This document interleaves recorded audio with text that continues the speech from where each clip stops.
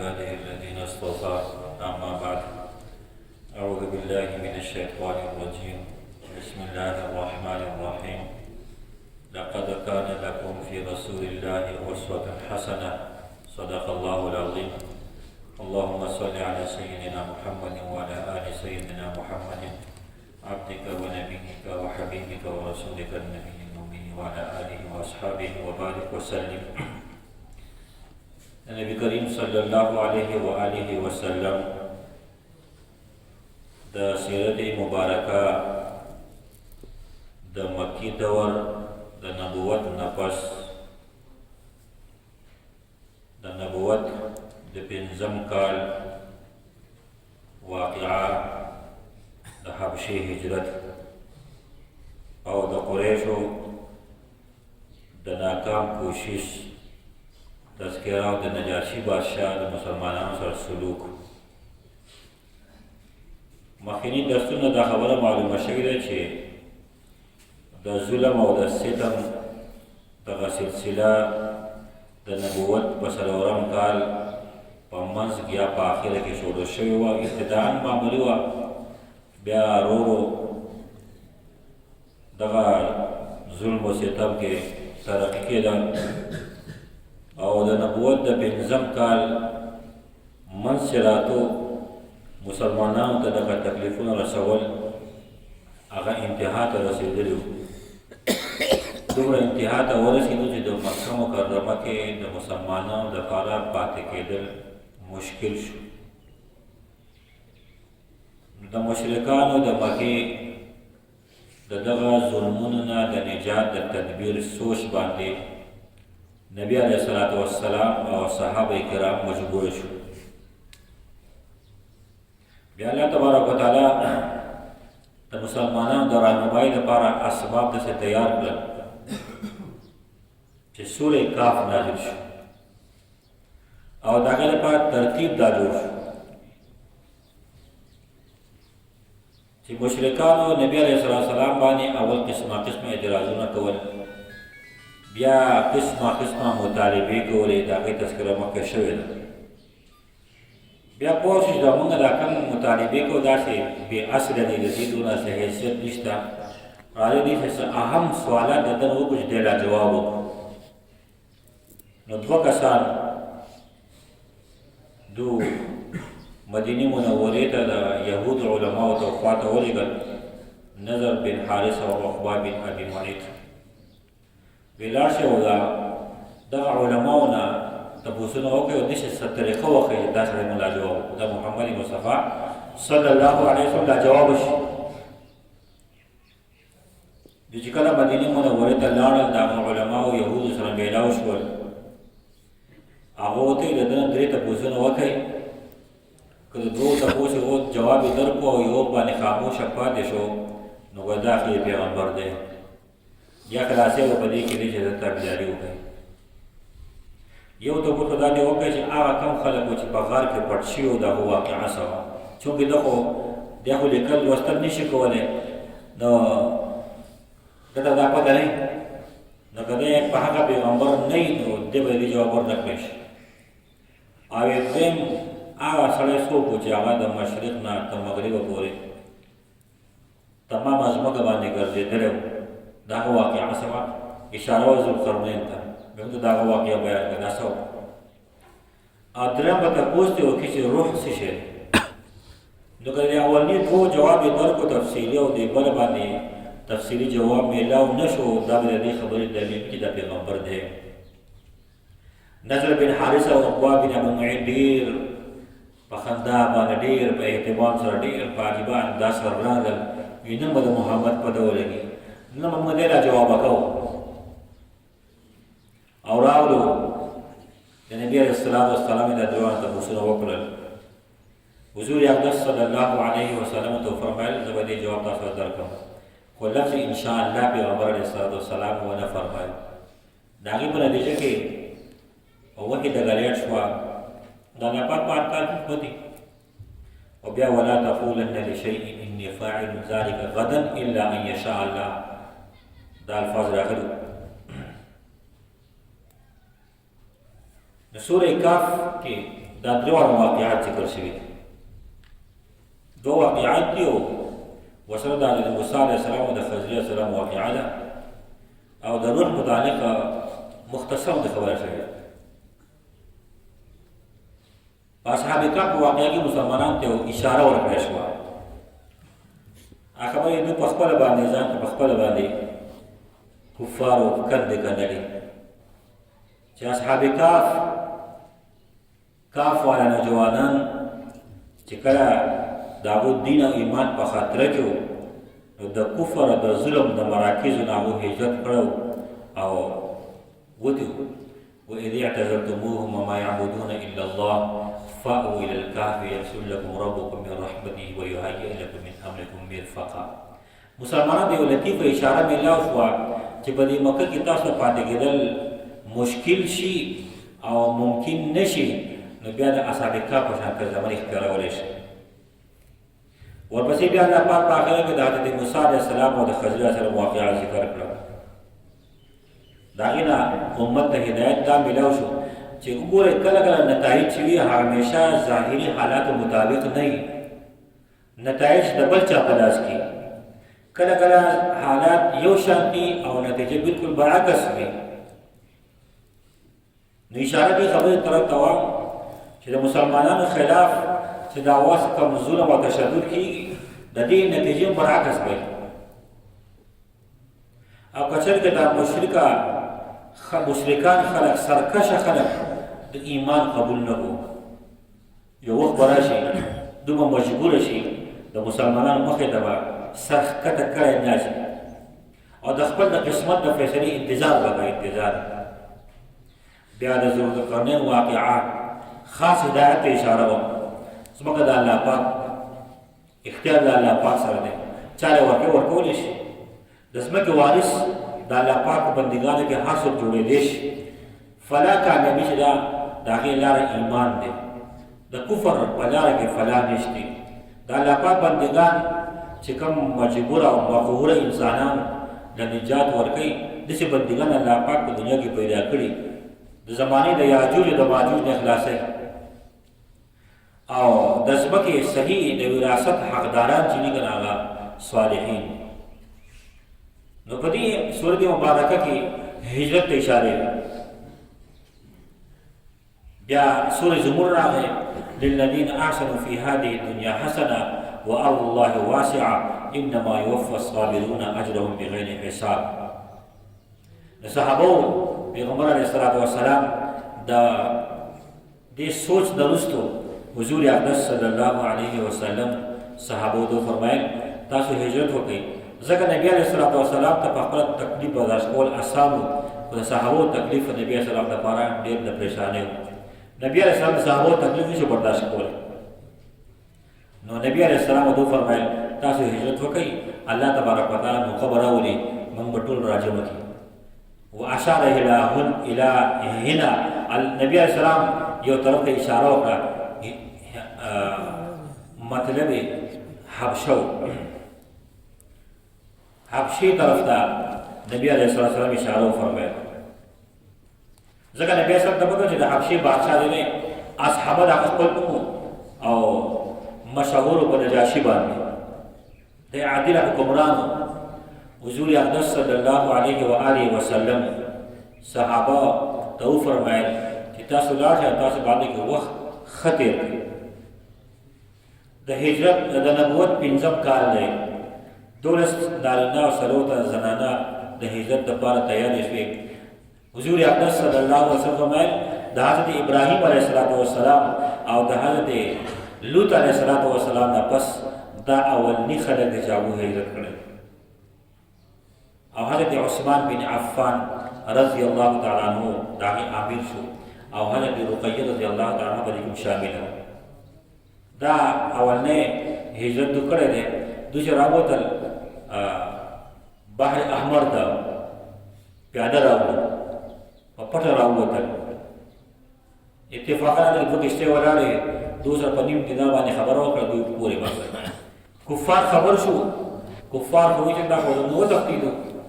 هغو پسې کسان راولېږل لیکن الله تبارک وتعالی دوی لپاره اسباب تیار کړي مخکې سره کشتۍ باندې دوی پورې وتو دوی چې کله حبشې ته ورسېدل، حبشه کې دوی پاتې کېدل شروع کړل. د رجب په میاشت کې دوی دا سفر کړو. د رمضان میاشت راغله، 2-3 میاشتې پس نبی کریم صلی الله علیه و آله وسلم یو پیرا راغی حرم شریف ته، او د قریشو د مشران سرکشه ټول ناست.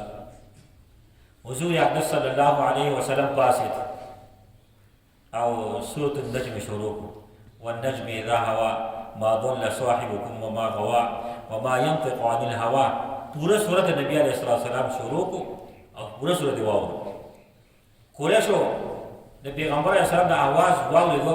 د قرآن کریم د تلاوت په هغو باندې داسې اثر وکړو چې هغو بالکل خاموشه پاتې شو او واورېدو. د قرآن کریم خپل یو اثر دی، هغه په هغو باندې کېدو چې کله چونکې د دې صورت په آخر کې د سجدې آیت دی، سجدې آیت مبارکه ده. نبی علیہ السلام په سجده شو، تمام قریش بلا اختیار په سجده باندې پرېوت. بیا چې کله دوی سجدې راپاڅېدو، یو بل ملامت کړه که تاسو سجده وکړه، لکه تاسو سجده وکړه.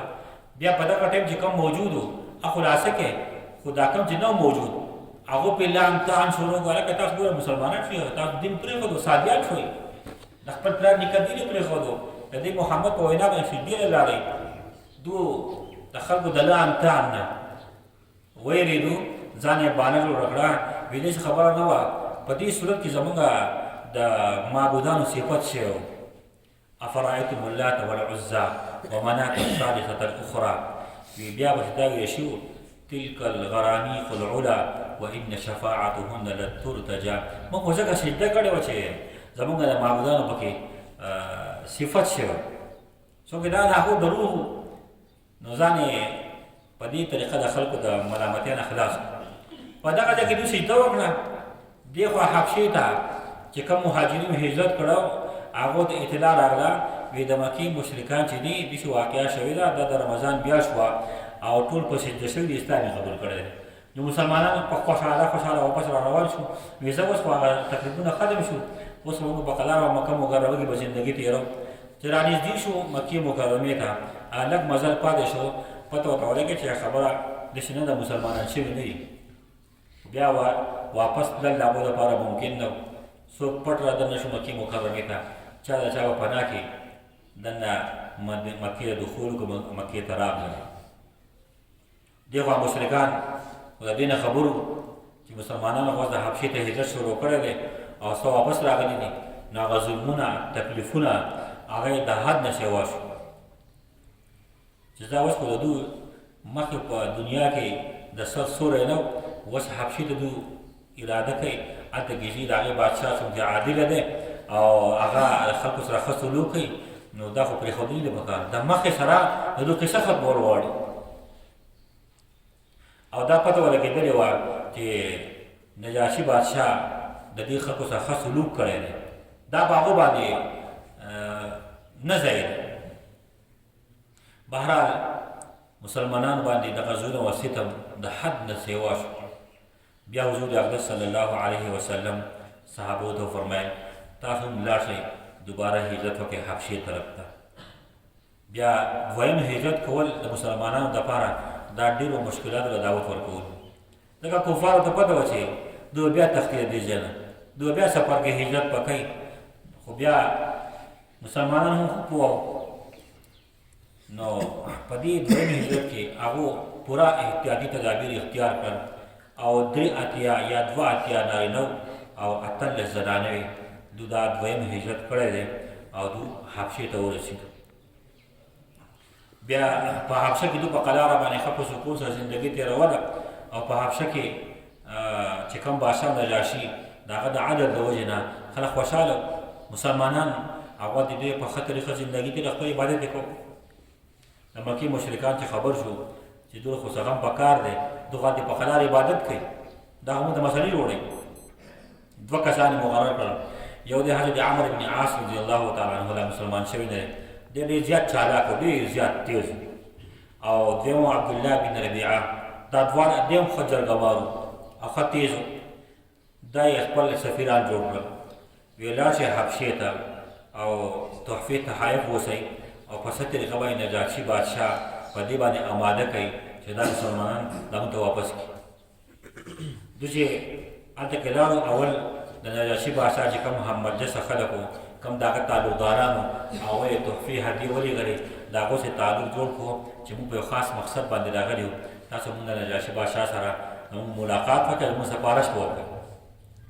نو هغه هم بادشاه نه ټیم واخیست، د مکې څه کسان سره ملاقات کول غواړي. بیا دو نجاشي بادشاه سره تحفې تحایف، ډېر قیمتي تحفې تحایف ورته پیش کړل. نجاشي بادشاه دو راوغوښتل، ویې تاسو څه وایئ؟ نو حضرت عمر بن عاص رضی الله تعالی عنه هغه ته وایي ای بادشاه، ستا په دې ملک کې زموږ سره ناپوهه نوجوانان هغه را تښتېدل دي راغلي دي، او هغو د خپل قوم هغه دین پرېښودی دی، او ستاسو په دین کې هم نه داخل شوي، بلکې هغو ځان یو نوی دین ایجاد کړی دی چې هغه نه مونږ پېژنو او نه یې پېژني. مونږ ستا په خدمت کې د دې لپاره رالېږلي شوي چې د دې نوجوانانو والدین، د دوی ترونه، د دوی خاندان او قبیلې هغه مشران، هغو مونږ ته دا هدایت کړی دی چې تاسو لاړ شئ او بادشاه نه دا کسان واپس وغواړئ چې دا مونږ ته واپس راکړي، ځکه زمونږ د هغو باندې نظر وي او مونږ د هغه خامۍ او هغه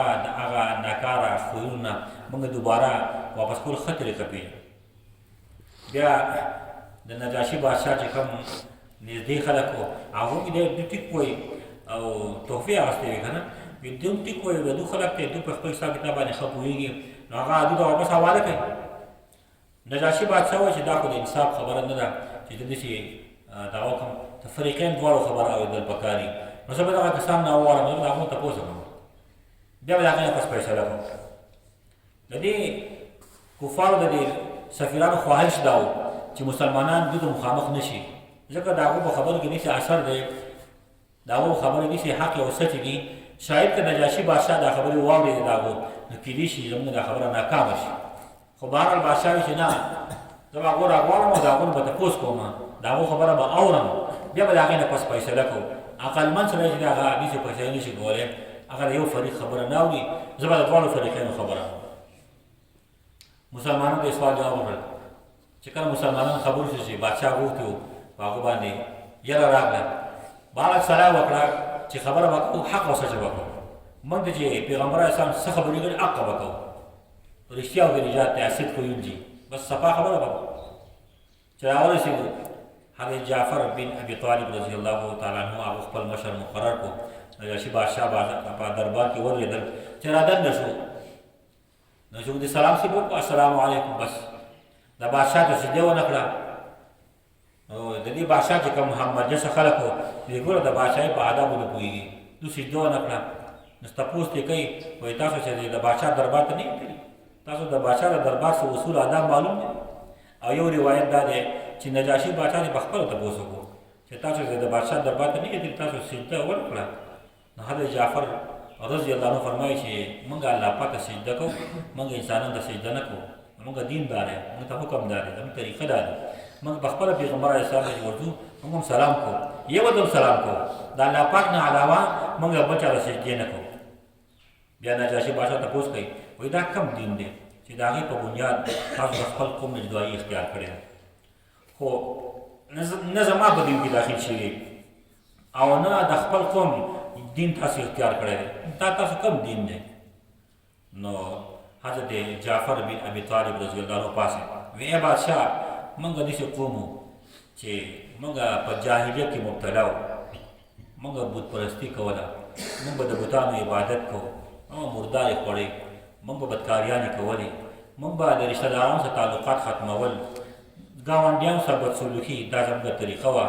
بس زموږ یو اصول دا و چې طاقتور به په زورور باندې لګیا او خوړو به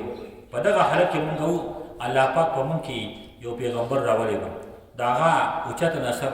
د هغه سچایي، د هغه صدق، د هغه امانت، د هغه پاکدامني نه مخکې نه موږ ته معلومه وه.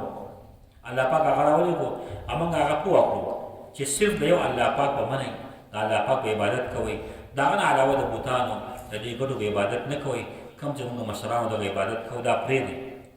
هغه موږ د رښتیا ویلو، د امانتو ادا کولو، د رښتې د تعلق ساتلو، د ګاونډي سره د ښه سلوک کولو، د د حرام کاري نه منع کړي د خونریزۍ نه منع کړي دا احکامات یې موږ ته راکړي دي. موږ ته حکم کوي چې فواحش به نه ملوث کېږئ، دروغ به نه وایئ، د یتیم مال به نه خورئ او په پاک دامنو زنانو به تهمتونه نه لګوئ. موږ د هغه دا خبرې ومنلې او موږ ته وایي چې صرف د الله پاک عبادت به کوئ، د الله پاک سره څوک شریک نه جوړوئ. موږ ته د لمانځه حکم کوي، موږ ته د روژې حکم کوي، موږ ته د زکات حکم کوي. داسې پوره تفصیل ورته بیان کړو. نجاشي بادشاه ورته وایي چې تاسو چې کوم پیغمبر راغلی دی د هغه تاسو ته سره راوړي دي، ما ته واوروئ. هغه او سورې مریم شروع کافها یا عین صاد ذکر رحمت ربک عبده زکریا اذ نادى ربه نداء خفیا. آیت مبارکه شروع کړل. څه پوره آیتونه ولوستل. نو نجاشي بادشاه سترګو د اوښکې رابهېدې د هغه په ږیره باندې ږیره یې لمده شوه او د هغه چې کوم ګېټ څاپېره وزیران ناست وو هغه هم په ژړا شو. نجاشي بادشاه د دوی د دې دغه ډېر زیات متاثره شو. نو هغه ته وایي چې دا دوی چې کومې خبرې کوي دا خو ټیک ټاک خبرې دي او زه دا تاسو ته نشم واپس کولی. دوی به زموږ په ملک کې پاتې کېږي، ته دې به زندګي تېروي، خپل عبادت دې کوي. حضرت عمر بن عاص رضی الله عنه د هغه مرګ عبدالله بن ربیعه ناکام راووت. په دې ټایم کې نجاشي بادشاه چې کله دا خبره وکړه چې دا دوی چې کومې خبرې کوي دا خو ټیک دي، نو چې کوم هغه درباریان څنګه تحفې اخیستې وي نو هغو لکه تعجب وکړي دا څه وي، دا څه خبره ده. هغې ته هر څه خبره هم دغه ده، خبره هم دغه ده. دا دوی چې کومې خبرې دا ټیک ټاک خبرې دي، په دې کې بل څه خبره نشته. چې کله حضرت عمر بن عاص رضی الله عنه راووت او دا مرګ ورسره راووت، سړی وکړه چې موږ خبره خو ناکامه شوه، سوچ کوي څه اختیار. نو حضرت عمر بن عاص فرمایي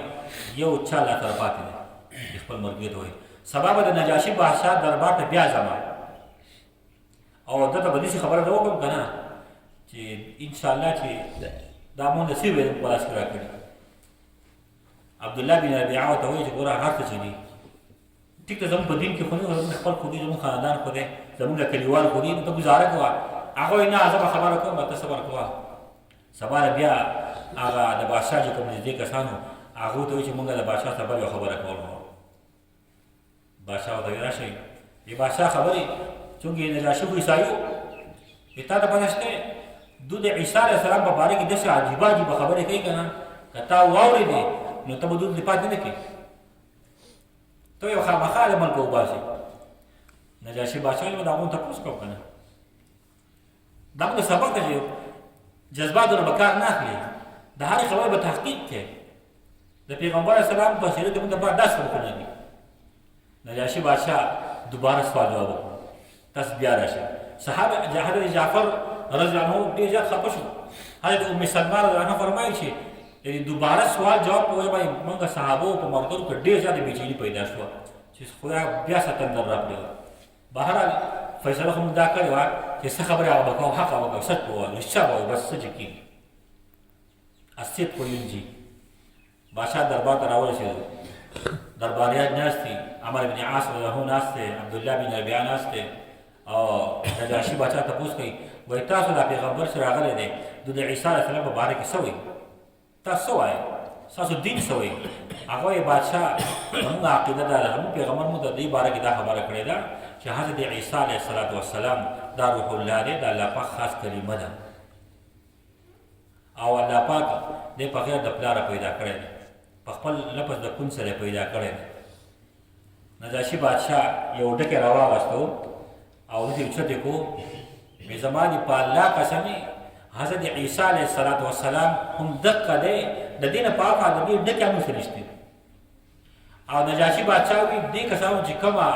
تحفې ما له راوړلې هغه تحفې ورته واپس کړئ. ما چې الله پاک دا بادشاهي راکوله ما رشوت نه ورکړی، نو زه په دې باندې رشوت نه اخلم، زه په دې باندې رشوت بالکل نه اخلم. امام زهري رحمه الله فرمایي چې ما دا روایت چې د حضرت عروه بن زبیر په مخ کې ذکر کو، نو ما ته هغه وفرمایل چې تا ته پته شته نجاشي بادشاه دا خبره ولې کوله چې ما د الله پاک دا بادشاهي راکړې ده دا یې ما له په رشوت کې نه ده راکړې، دا الله پاک ما له انعام یې واپس کړی ده. نو ما چې ما ته خو پته نشته چې دا خبره ولې کړې ده. نو حضرت عروه بن زبیر ورته فرمایي چې زما ترور حضرت عایشې صدیقې رضی الله عنها فرمایل چې نجاشي بادشاه یې دا خبره کوله دته دا بادشاهي الله پاک واپس کړې وه د دې حقیقت دا د دې نجاشي پلار دا نجاشي پلار چې بادشاه و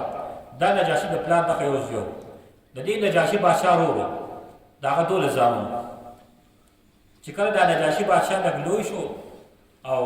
د ده پلار بوډا شو د قوم د مشرانو وزیرانو سوچ وکړو چې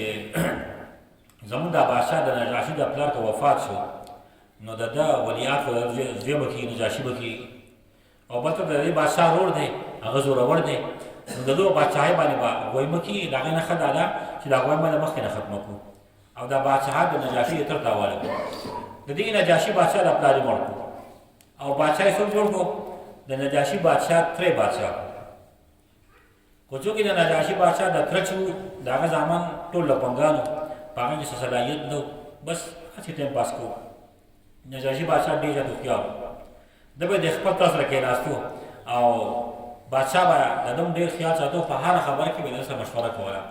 دونه پورې حد ته خبره ورسېده چې د امور د بادشاهت کې به هم د ده سره مشوره کېده د قوم د وزیرانو د باندې به چاپلوساني که نه د خپل وفادارو دپاره بیا هر څه کوي نو د دې نجاشي دې تره ته وایي چې دا هلکه تا ډېره مخه ورکړې ده او ته اوس د ده سره په هر څه کې مشوره کوې خو د ده په ذهن کې دا خبره پرته ده چې زما پلار چې دی زما یې تره وژلی دی نو ګوره که ده موقع بیا مونده که نه نو تا هم وژني نو ښه دا ده چې ته دی په خپل لاس باندې قتل که نو دا بادشاهي به ستا بچو ته پاتې شي نو هغوی د خدای بندګانو زما یو ورور تاسو مړ کړو اوس زما له ارام به باندې مړ کوئ زه دی مړ کوم خو البته چې به وکړم چې دی به زه د ایجان لرې کړم په خپله بادشاه مو ته پاتې شي بس هغه ونیسي وکړه هغه ولګېد نجاشي بادشاهي په یو سوداګر باندې په 600 دیناره باندې خرڅ چې دی د غلام په توګه باندې بوځه و چې ته خرڅ کړه پیسه ولا ختمه سهار د سوداګر ته دا سودا کړې ده او نجاشي و دا والا کړی دی او ماښام په هغه باندې تندر راپرېوت مړ شو چې بادشاه مړ شو د بادشاه په زامنو کې د بادشاهۍ قابل څوک نه دغه وزیران سوچ وکړو چې راشه اوس که څوک شته نه خو څوک بادشاه کړو نو ډېر کسانو رایې دا راغله چې لکه دغه نجاشي شو دا ټیکو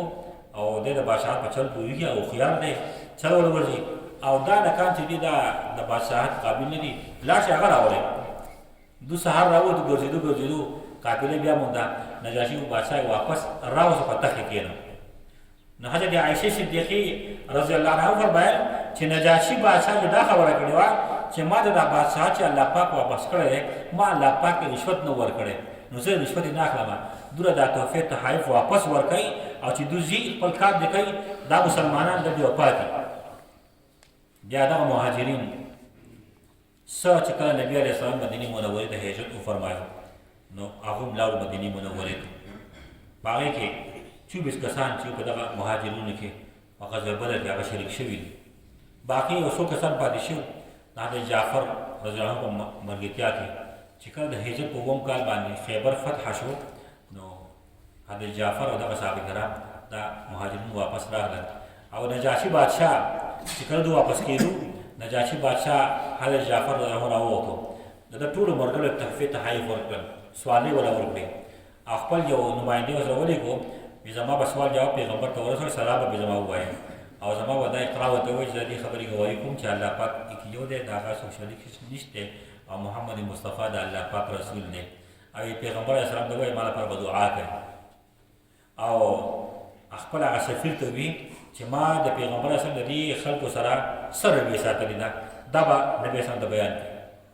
چې کله خیبر فتح شو حضرت جعفر رضی الله عنه راغی نبی صلی الله علیه وسلم سره میلاو شو حضور اقدس صلی الله علیه وسلم راپاسېدو ورته غاړه ورته وته د تره زوی و که نه وایي زه اوس په دې نه پوهه چې ما ته دا خوشحالي په څه ډېره حاصله شوه چې مونږ خیبر فتح کړی دی که نه زه په دې باندې خوشحاله شوم چې زما د تره زوی ما له واپس زما خواله راغی په دې دوو کې زه په دې فیصلې نه شم کولی زه په کومه خبره ډېر خوشحاله بیا هغه سفیر وی یا رسول الله تاسو د خپل تره زوی نه تپوس وکړئ چې نجاشي بادشاه د دوی سره څه سلوک ساتلی دی نبي اعظم د هغه نه تپوس وکړو هغه یا رسول الله زموږ خو ډېر ښه خیال ساتلی دی زموږ دا کړي بیا هغه سفیر وایي زه نجاشي بادشاه تاسو د سلام لپاره رالېږلی یم او دا اقرار کړی دی چې الله تبارک وتعالی واحد لا شریک دی او ته د الله پاک رسول او بندی او بیا دا سوال جواب کړی دي چې زما لپاره د مغفرت دعا دې وکړي. نبي اسلام پاسېدو او داسې تازه کو کېناست او درې پیرې حضور اقدس صلی الله علیه وسلم فرمایل اللهم اغفر للنجاشي اللهم اغفر للنجاشي. صحابو پې امین وي. بیا هغه وفد د بادشاه د نجاشي واپس لاړ. دا د هجرت د 5م کال د حبشې د نبوت د 5م کال اولنی هجرت حبشې د مسلمانانو کړی و. په دې پسې بیا د حضرت عمر فاروق رضی الله عنه د ایمان واقعه ده چې الله پاک هغه څنګه ایمان نصیب کړی دی. موږ خو دا اورېدل چې حضرت عمر فاروق رضی الله عنه توره راواغسته او راغی او لیکن دې کې زموږ ډېر روایت ډېر ښایسته خبرې دي چې حضرت عمر ته د ایمان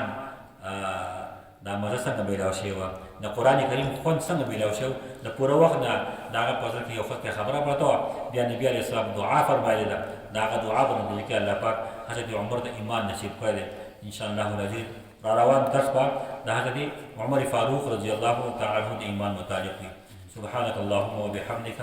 نشهد ان لا اله الا انت نستغفرك ونتوب اليك. دعاء اللهم صل على سيدنا محمد